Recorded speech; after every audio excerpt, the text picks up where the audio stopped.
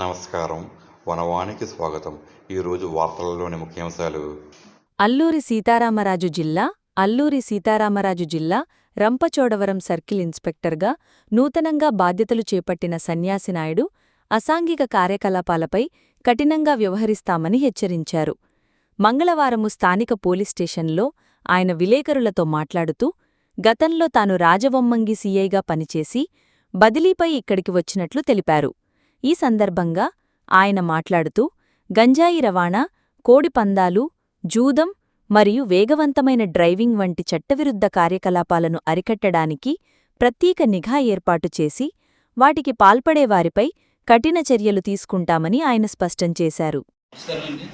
ఈరోజు నేను రంపచోడవరం సీఐగా ఛార్జ్ తీసుకోవడం జరిగింది. ఇక్కడ ఛార్జ్ తీసుకున్న తర్వాత ఇక్కడ ఏంటంటే ఇక్కడ లోకల్ సమస్యలు ఏమున్నాయో ఆ సమస్యలపై దృష్టి సారించి ప్రజలందరూ కూడా హెల్ప్ అయ్యేటట్టు చేస్తామండి. అలాగే ఈ గంజాయి కానీ డ్రగ్స్ ఇటువంటి ఏవైనా సరే ఎటువంటి ఇక్కడ ట్రావెలింగ్ కానీ లేకపోతే ఎటువంటి జరగకుండా తగిన కఠిన చర్యలు తీసుకోవడం జరుగుతుంది.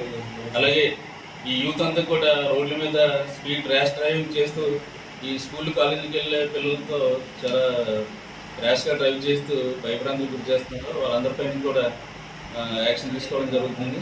అలాగే మహిళలకు రక్షణ కల్పించడంలో కృషి చేయడం జరుగుతుంది.